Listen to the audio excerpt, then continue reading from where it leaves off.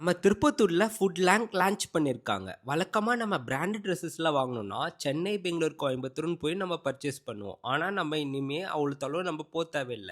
நம்ம திருப்பத்தூர்லயே வந்து பார்த்தீங்கன்னா, இந்த பிராண்டட் அப்பீல்ஸ் எல்லாமே எடுத்துட்டு வந்திருக்காங்க. அதுக்கு ஆஃபரும் இன்ட்ரோடியூஸ் பண்ணியிருக்காங்க.